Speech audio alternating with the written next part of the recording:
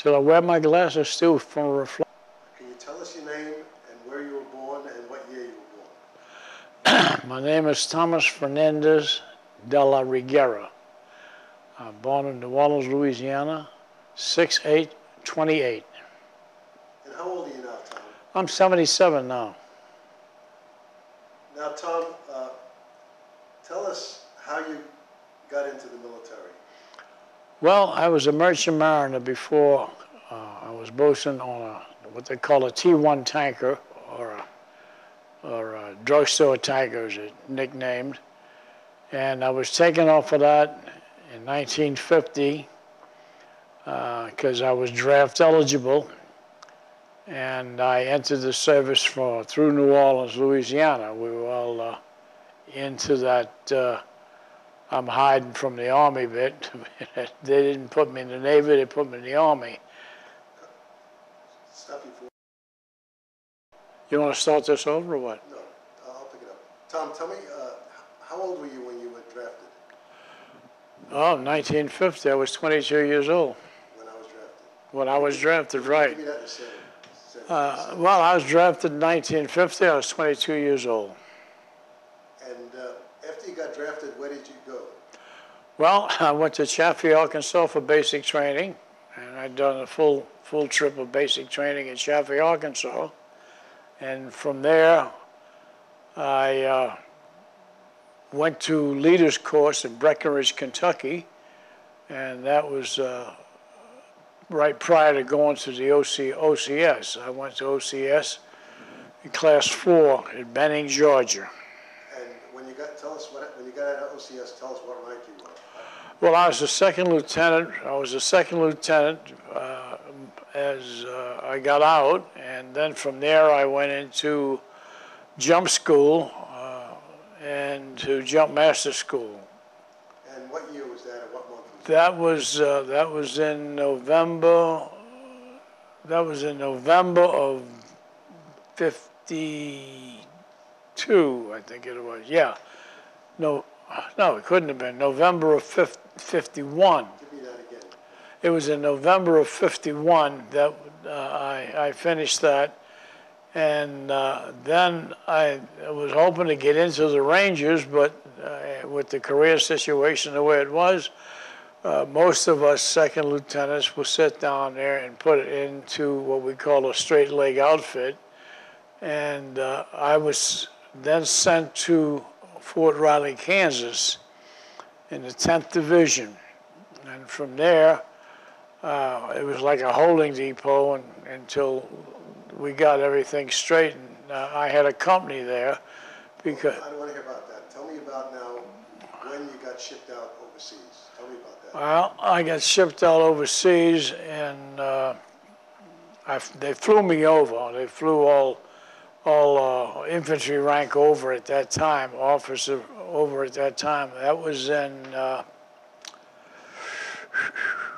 That was in July, the end of July of after my leave. What year was that? That was in 1952. I joined there. Okay, where did they tell us about where they flew you to?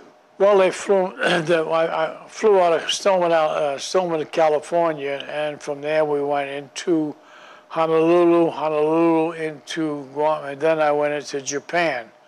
And in Japan, that was at Fort Drake, and assigned as soon as the next allotment went over, they put me on a train to Sasebo. Sasebo took me to a ship, and then we shipped to Pusan. And from Pusan, I had my orders. Give me that again. They shipped us to Pusan, Korea, South Korea. Okay? South Korea, right. Give me the whole sentence. Yeah, well, from there, from Sasebo, I was shipped by ship to Pusan, South Korea, with orders to join the 7th Division. Tell us where the 7th Division was located. 7th Division was up in the Stop again. Wait till I finish my question. Okay. Otherwise, my voice is going to come in. Okay. Tell us now where the 7th Division was located. Well, at that time, I knew they were in Korea, but I had no idea about where they were. But I later on found out they were in the Shawang Valley because that's where I found them.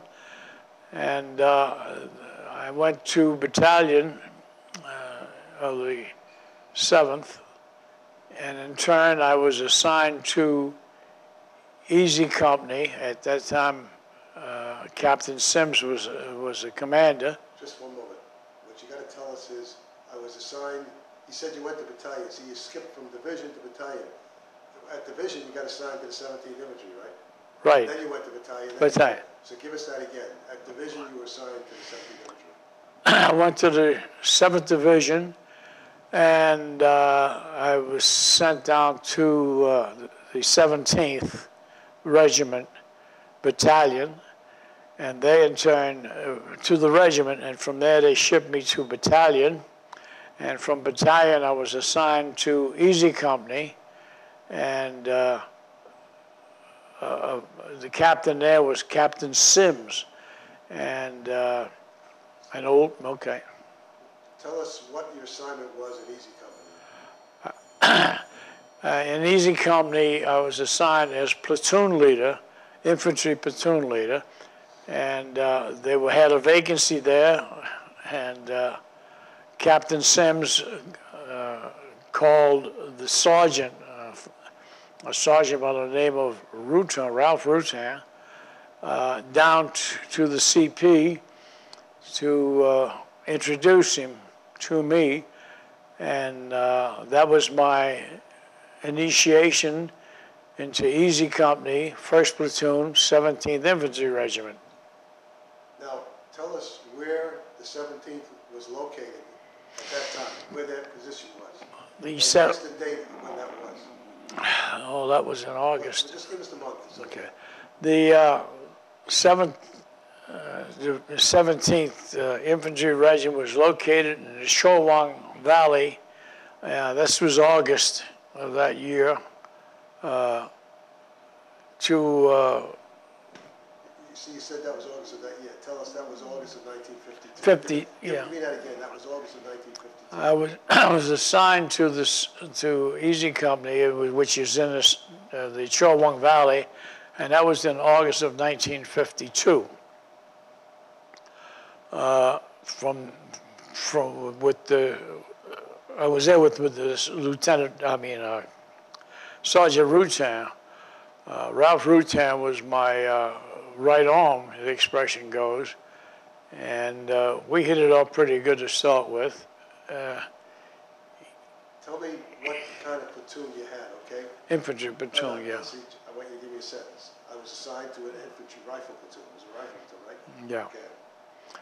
This platoon I was assigned to naturally was an infantry platoon. I was an infantry officer, so I had an infantry rifle platoon.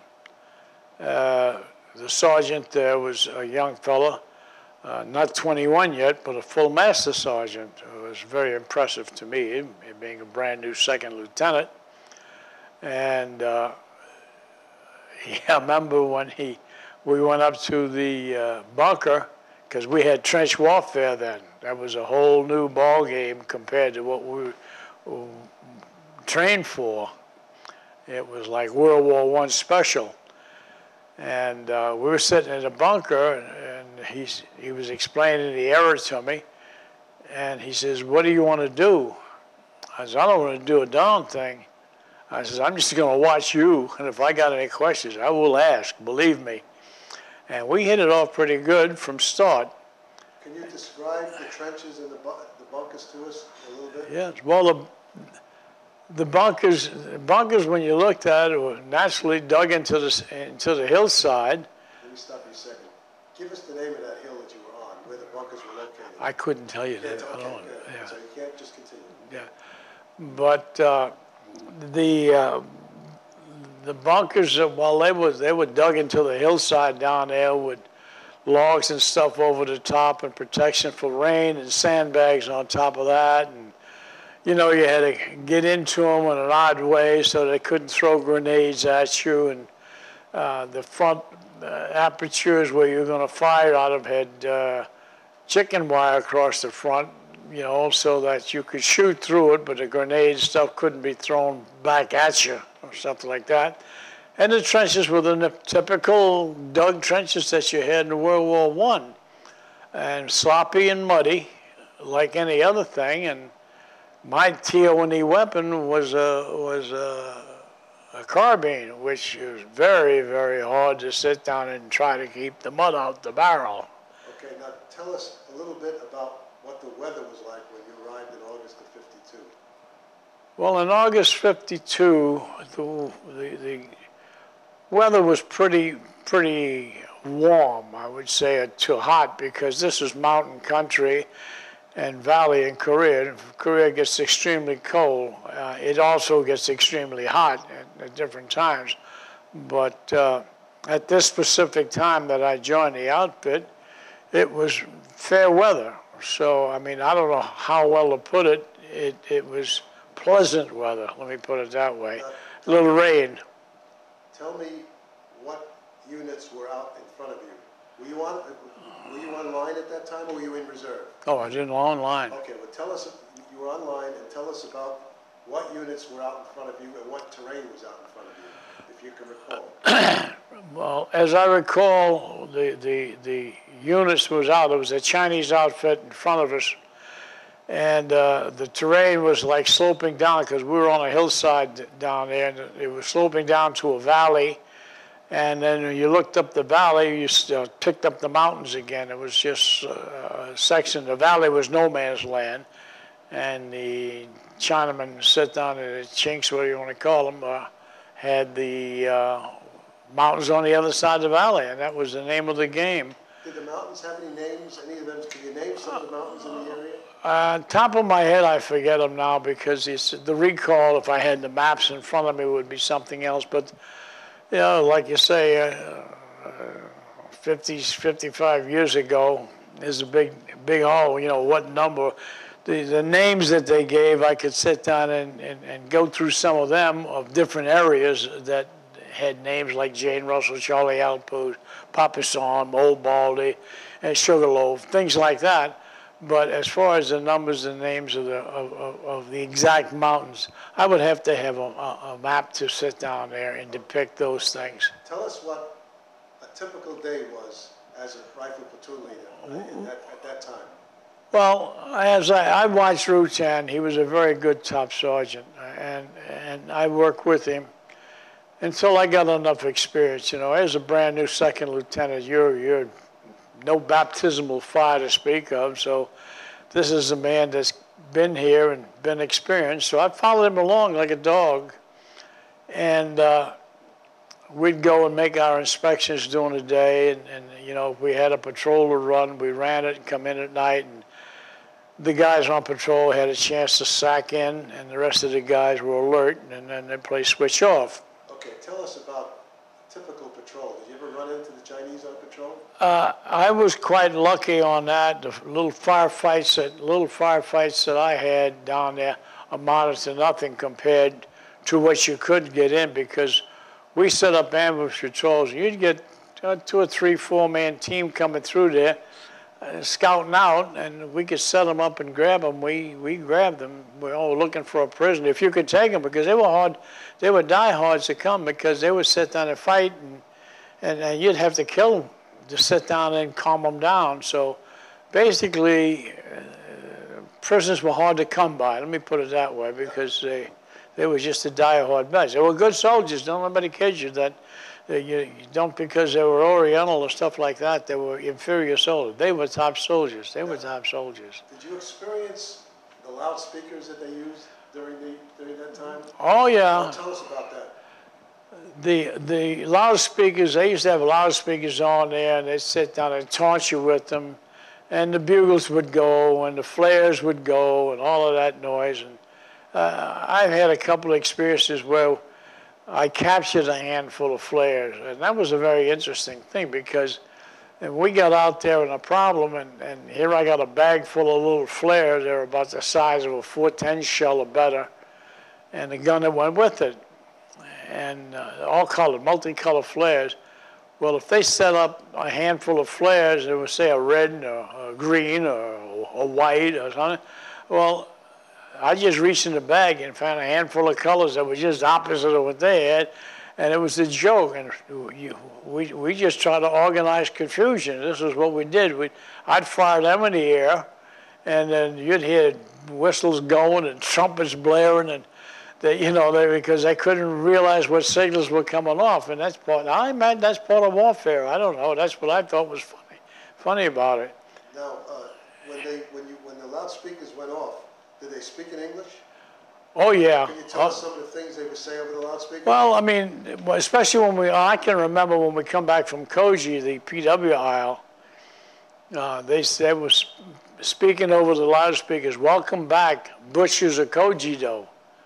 And they were sitting down there doing that to us. And that was supposed to be a secret move. And then more secret than, the man in the moon. They knew everything that we were doing on Kojido and everything when we were coming back and the positions we were in on the line. And the speakers would come on. Well, hello, Joe from Kojido or some noise like that.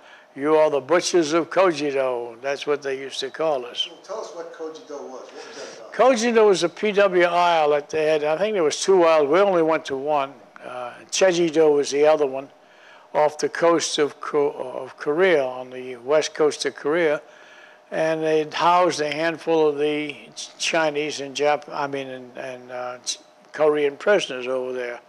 And we were put over there as guards because we recruited, because we had quite a bit of fracas going on in October and November. Well, tell us a little bit about what was going on in October and November. Well, my baptismal fire was Charlie Outpost, and that was over in the other regiment, battalion. And Captain Sims took us over there, and he got a hold of me and he says, "You're in reserve, Tom." I said, "Well, gee, thanks, Cap." It made me feel good. And we sat down and dispersed along the roadside down there, and that was early morning, real early morning, just about daylight. And the trucks were coming by with branches over the top of them. You could see bodies, parts of bodies in the truck, and it was a little hairy down there. And then truck after truck that came by, I don't know, maybe over a period of time, a dozen trucks came by. I lost a man. He just couldn't take it. He just whacked a hole in his leg with a carbine. Some people can take things, some people don't. I don't fault him for it. I just got mad at him right then and there, but I don't fault him for it. So all of a sudden, the George Company got the heck knocked out of them.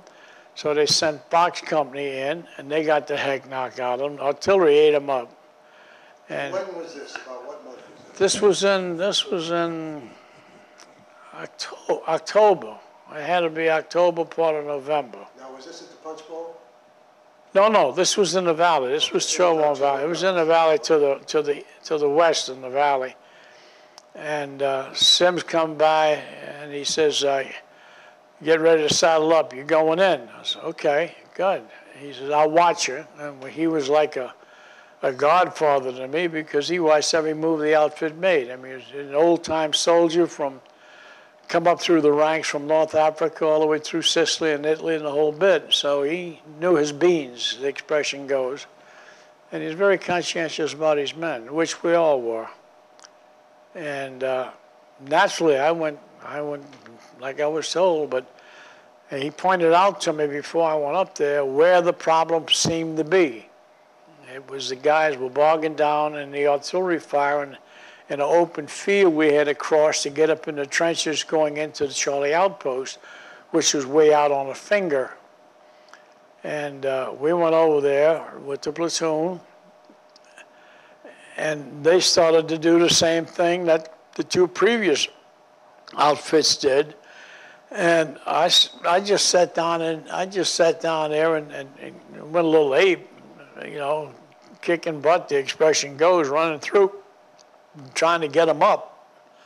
that they wouldn't be bogged down. And I got on the horn and I called for Sims for smoke, which he gave me quick. And by aircraft, he gave me smoke by aircraft. And I think it was, I don't know, napalm or stuff in the back. I have no idea because I couldn't see it because I was on the reverse slope of the hill, Charlie Outpost. And Rickersham and Rutan and myself, we took off and got in there, and Johansson set up a machine gun. We got to the trenches, set up a machine gun, and in turn we went up there and done a little knocking down of Chinamen, and all of a sudden, the backup people came up, and we were free and easy. There was nobody else on the hill but us, and that's how we took the hill with minimum casualties. I mean, we had people who were nicked and stuff like that, but minimum casualties. I had no dead. I had a few wounded, but no dead, and we were up there preparing for a counterattack. And in turn, we're stacking anything we can get in front of us, sandbags, logs, rocks, bricks, bodies. We didn't care. I mean, gook bodies, not American bodies. And we drug them out of the way and tried to put them behind us, the ones that were killed and laid up there. And a cute little story that you want to hear is when Danny Rooney, Captain Rooney, the Catholic chaplain of the outfit, I'm sitting down and giving orders of, secure here, put a machine gun here, and put a BAR over there, and get what you can in front of you guys. And all of a sudden I look up and I hear this Irish brogue, "Do you want to go to confession?" I was totally flabbergasted. What in the hell are you doing here? And it was Father Rooney, Captain Father Dan Rooney. He says, I said, "Danny, you're supposed to be back in battalion, at the aid station." And he says, "I know," but that's how he was. He was quite a man. So yeah, I says, "I'll go. You can hear my confession." So I squat kneeled, the expression goes, where you ride on your knees and your butt's on the ground, and you're trying to keep your head down. And, you go through the ritual as a good Catholic boy, you bless me, Father, and all of that. And I look up, and he's kneeling straight up in the air. And I says, "Danny, get your butt down," in words similar to that, probably a little harsher. And just about the time I said that, he gets a ricochet from an incoming round. Thank Christ it was a ricochet. It wasn't straight because he wouldn't be here. Cut him right across the eyebrow. And he just shook him up. He knew what I was talking. I was telling him.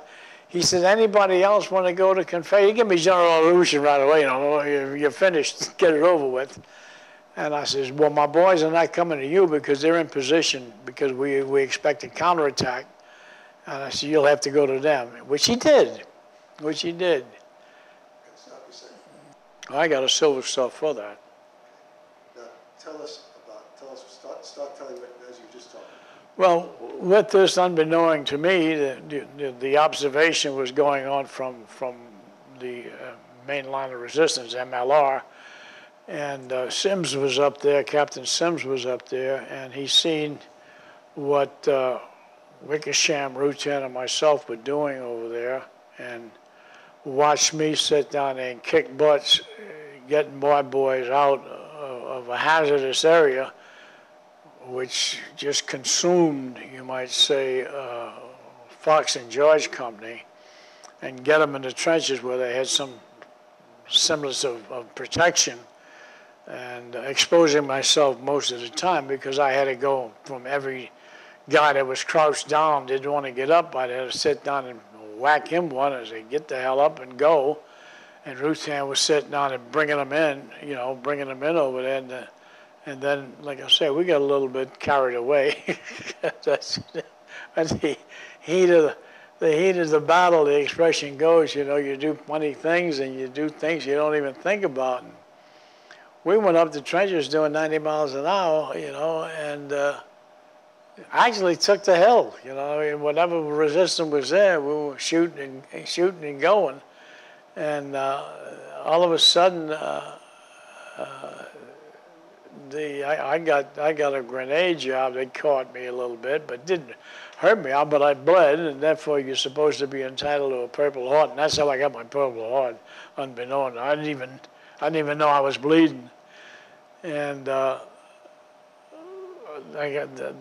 all of a sudden, we told Rutan and Wickersham and I were told that we're in for a citation. Well, that was fine. I got a Silver Star out of it for being, well, I should say organizing my men and saving my men as much as I could to get them out of the artillery. And Rutan and Wickersham were just as much a party of that as not. And they got 2 Bronze Stars. Each one of them got a Bronze Star out of a V device. So they had a valorous Bronze Star, and I got a Silver Star for Charlie Outpost. So that was it. Now, tell us about, you got reassigned at some point. What month was it when you got reassigned? Well, this was let's see.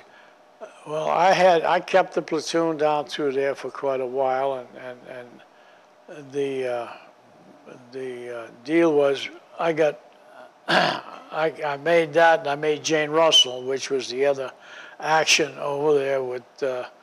We actually took part of Jane Russell. Jane Russell was a joint venture, and the platoon leader, which side, Whitson they call his name was, had on my right, and I was down center, and Fox was supposed to come up on the left-hand side and take Jane Russell, which was below Papasan, which is a big Chinese-held hill, which is looking right down your throat. And I went over there, and we took it. AFL set down a ricocheting 90mm stuff off our helmets. The tank commander, Lieutenant AFL. And when we took that, I got a concussion job up there, but nothing serious. I bled a little bit around the eyes and the ears and everything from a 122. And after I left that... Well, tell us how long it took you to take Jane Russell. Was it during the day? Was it during the night? Tell us a little bit about how you got up there. Well, it was in the morning. It was in the morning about, 8, 9, 10 o'clock, something like that. What month was that? Oh, God, Was it winter time? Was it summertime still? No, it was early. It was November, I think it was at that time.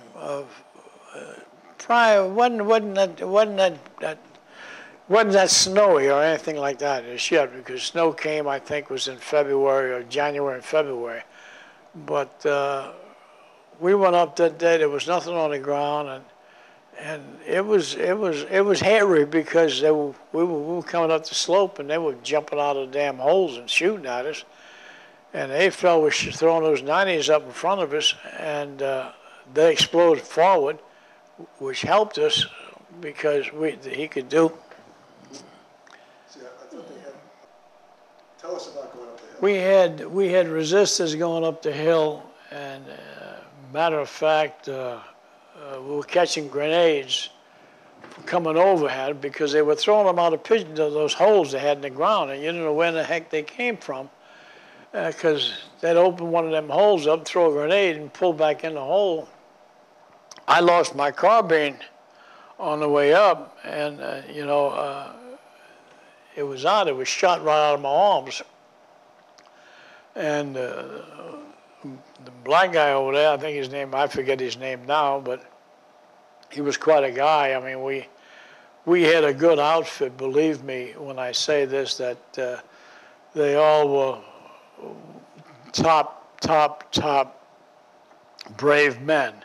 I mean, some of them wasn't worth a damn on rear area, but when it came to front line stuff, I mean, they were right on there. And he knocked the guy down and was shooting at me.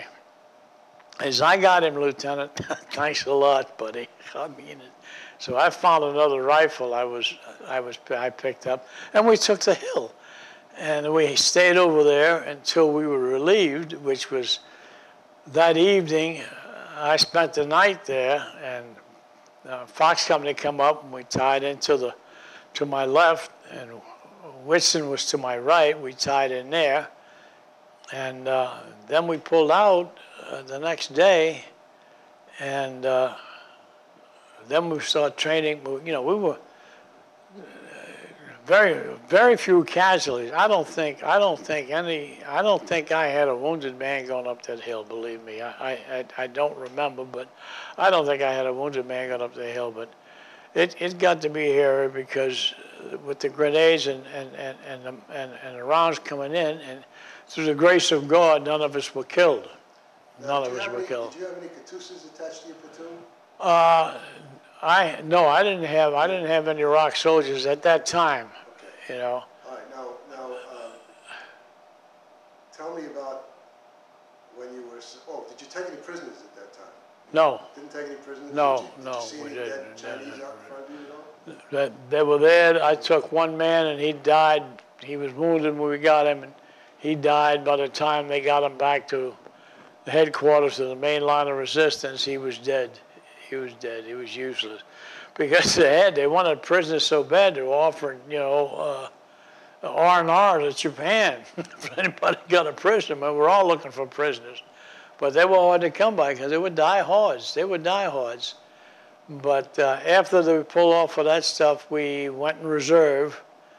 And then we went, I'm trying to figure when. Then we went down to Koji.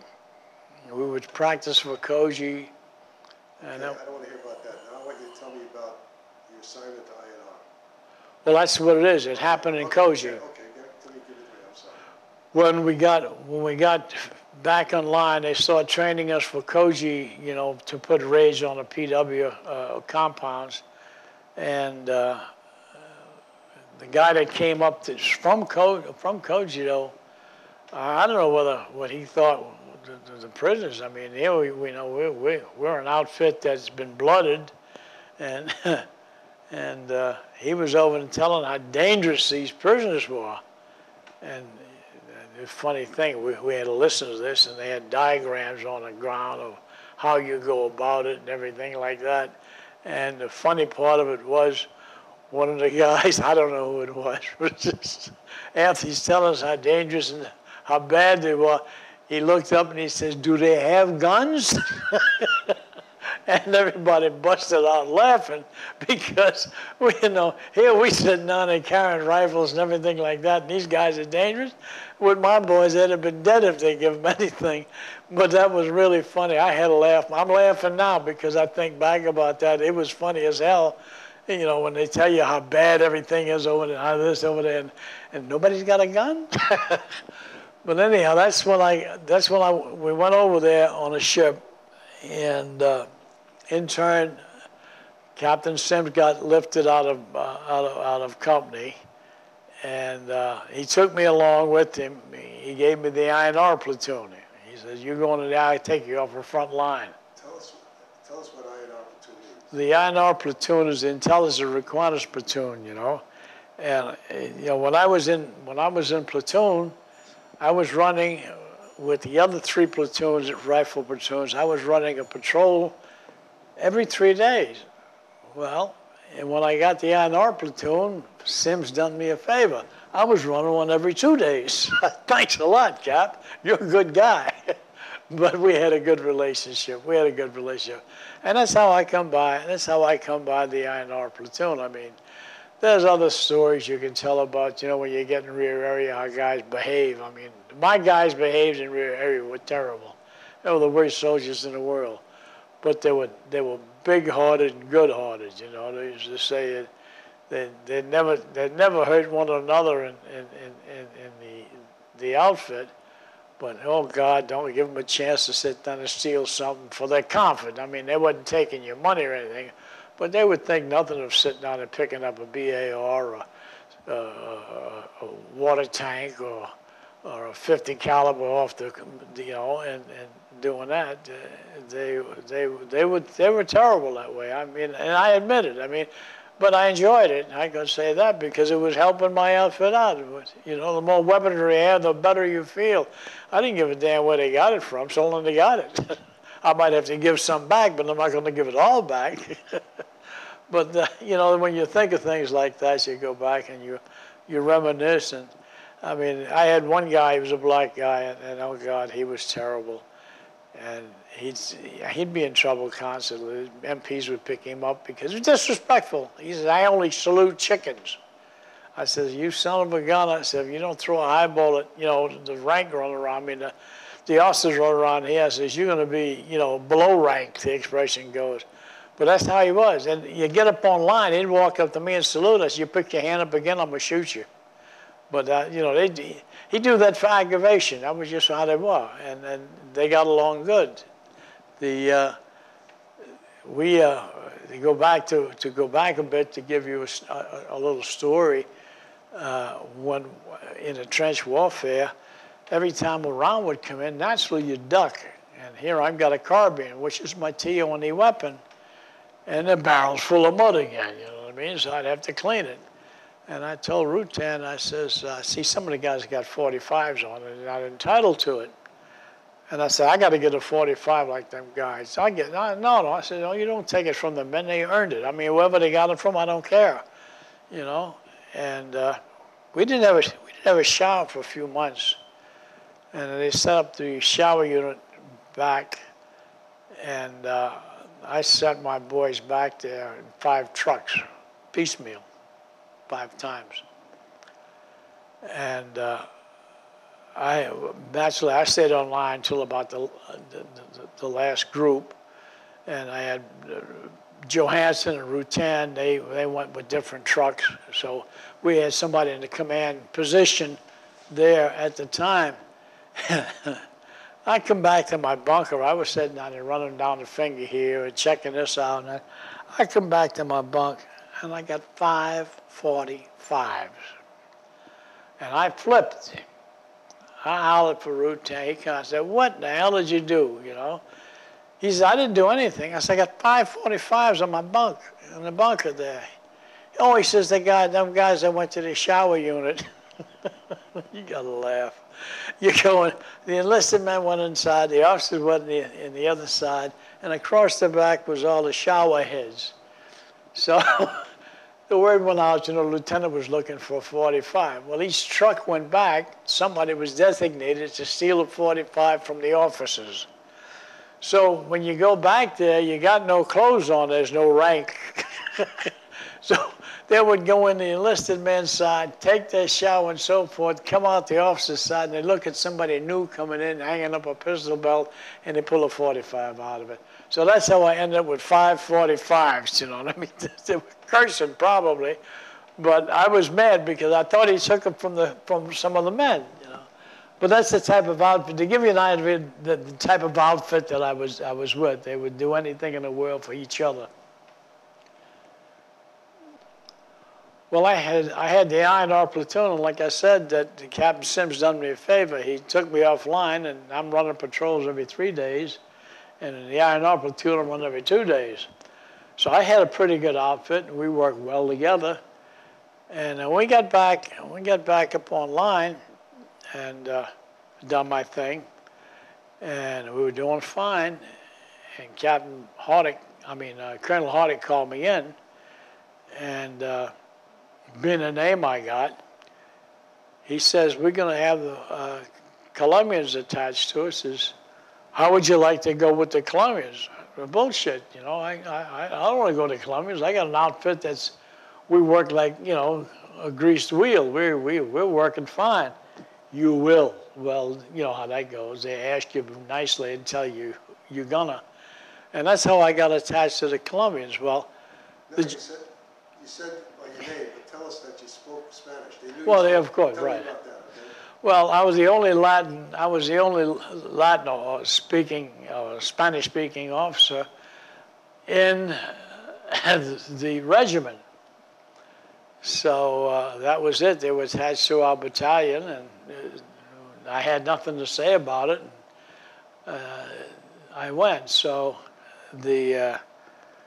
they were nice people and stuff like that. And they used to tease me because I used to take the briefing from the battalion, the Colombian battalion commander, and they'd give me a drive in a Jeep, and I'd have to go down to headquarters, regimental headquarters, and give the briefing to Colonel Hardick, Colonel Metaxas, take their briefing, and bring it back to them. And I think the whole bit was that half the crew that they assigned me as a driver, I don't think they ever seen a Jeep. They're probably running donkeys all their life, burros, whatever you want to call it. And it was like taking your life in your hands. And in the springtime, everything is sloppy and slippery. And the next thing you know, he's driving. You know what the hell he's doing. And I'm sitting in a rice paddy in the Jeep, trying to use four-wheeling out to get somebody passing by to drag me out. And they